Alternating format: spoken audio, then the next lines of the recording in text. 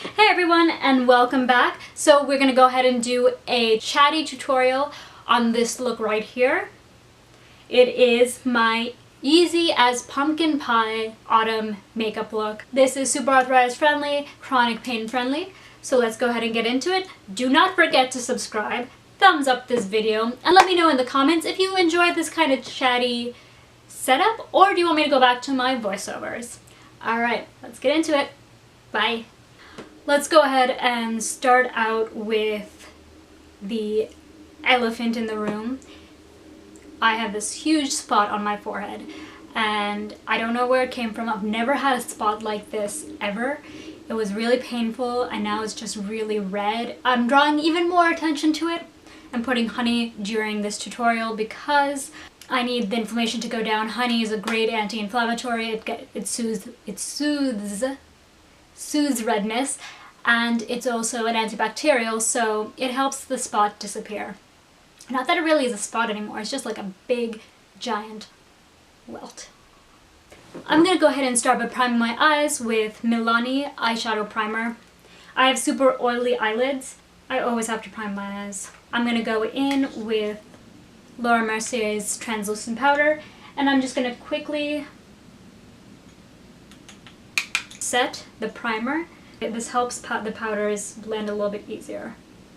Or I don't generally use anything except for browns when I'm doing my transition, but today, because it's going to be kind of a pumpkin pie, pumpkin spice kind of look, I'm going to go in with, I don't know why I'm holding that upside down, raw sienna. So I'm going to go up above my crease just a little bit. This is going to act as a transition to the crease color and to the brow color.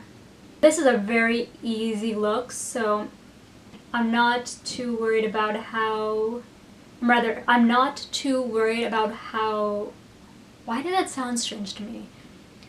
I'm not too worried about how these powders are gonna look, how these colors are gonna look. As long as I blend it out and up towards the transition.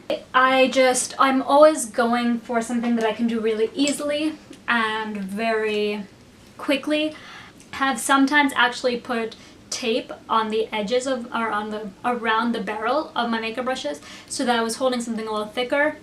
Thankfully I haven't had to do that recently, but there is an option if makeup brushes are difficult for you to hold. Now I will be going all over the lid with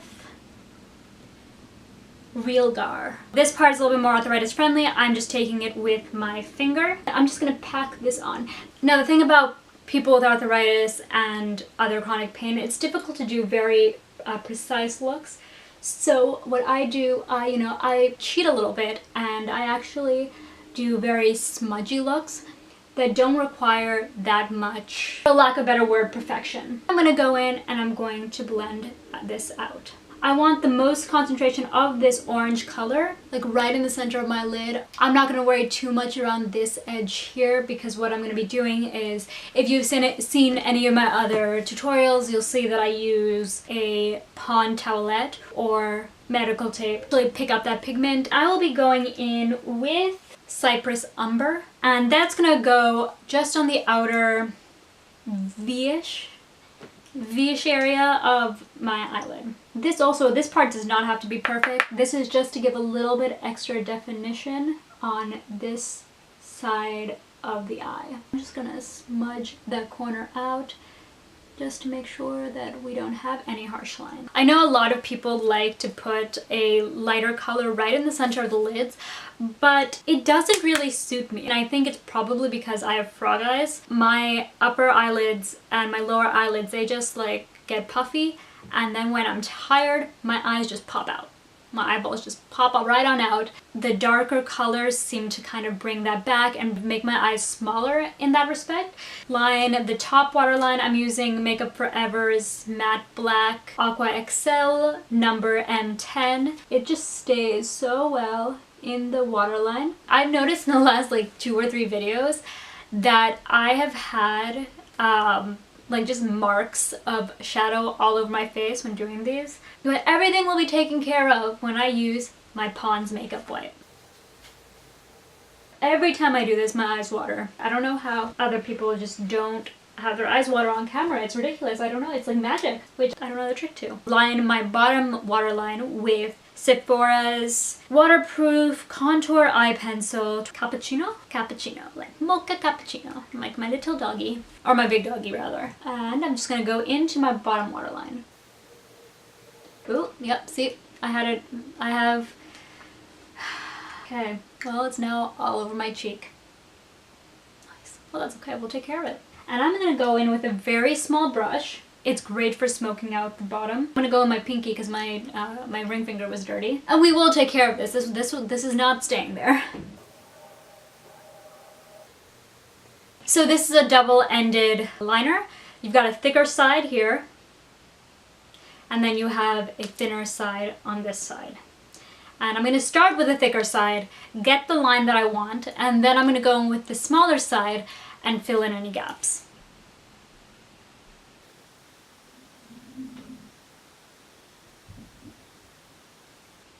If you are hurting to like in any particular time, you don't have to do the liner part. You can just put a few swipes of mascara and be done with it. How did I get liner up or shadow up here? My God.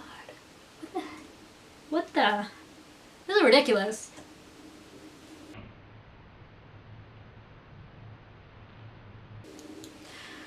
I give up. I just give up.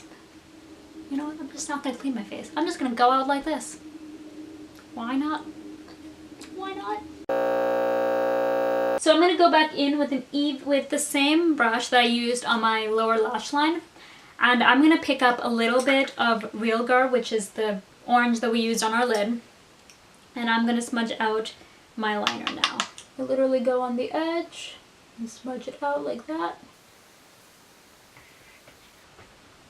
Sometimes I have to dry off the brush because I tear up really easily. I've always teared up really easily. When I'm happy with my final look, I'm going to go ahead in with my favorite mascara, which is right now the Makeup Forever Smoky Extravagant. It is a great brush. I love how it's tapered at the end because then I can really get into the corners of my eye. Once I put mascara on, it hides a lot of the imperfections from the eyeliner. When I'm done and happy with that, I'm going to clean up my face. First things first, I'm going to go ahead and wipe off the honey. I use Pond towelettes. They have a kind of a quilted texture, so it really grabs at the makeup and I don't have to like sit there scrubbing, and it picks everything up pretty quickly. And this also picks up any fallout. Did I get it all off? Yep. Especially since my eyes water so much, there's a lot of transfer underneath. So I'm going to go in really carefully, and I'm just going to pick up right under the lash line. I took out some pigment. I'm just going to fix that up, and I'm all set to go. I really like this. I think this came out really nicely. Alright, we've got now that I've cleaned up my face a little bit, I'm going to put on my lotion. This is really good at blurring imperfections and gives your skin a little bit of luminosity. I'm going to go in with Champagne Pop from Becca. I'm going to bring this up a little bit because I do get really dark in that area. And I'm going to hit this area. I'm not a lip person. I don't like wearing a lot of pigment on my lips. So what I do is when I want to apply color, I cheat a little bit. I will take a little bit of pigment and then just pat it onto my lips. I start in the middle, smudge it out to the ends. This is the final look. Let's go ahead and take off all this stuff so you guys can see. I'm pretty happy with this, honestly. I think this came out really nicely. It's easy as pie. See what I did there? I'm a huge pumpkin pie person, pumpkin spice person. And I think this looks really nice for this time of year. So I hope that you enjoyed this video. I will talk to you all soon. Don't forget to subscribe, thumbs up this video, and I will see you all later. Bye!